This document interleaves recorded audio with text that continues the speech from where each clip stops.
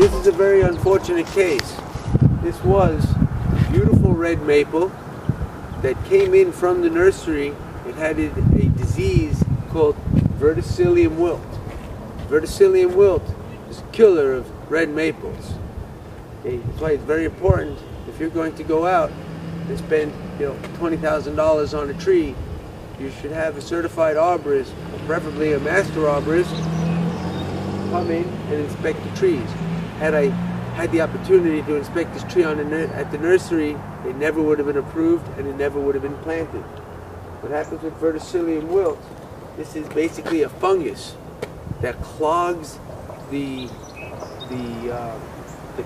conductive tissues in the tree and prevents nutrients from flowing from the leaves to the roots. Okay, you'll take a look. If you take a good look here, you see how this bark is peeling off.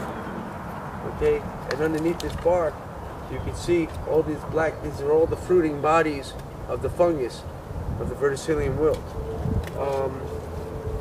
When the tree was in a decline spiral 2 years ago, incidentally, when we worked on that tree viburnum for the last movie, the top, you had all kinds of dead sticks coming out of the top of the tree.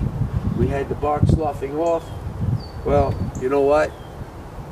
This is just like you with human beings. A guy gets sick, he doesn't feel well, he goes to the doctor, and even though he spent all that money, he still dies. You can't save them all, but this could have been prevented.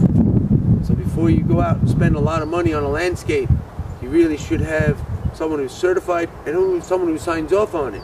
I'll tell you right now, had I been contracted to inspect all the stock and I signed off on it, then there's liability. If we sign on the dotted line, you have something you can take to the bank. So remember, before you spend big bucks planting trees, call Sterling Tree and Lawn.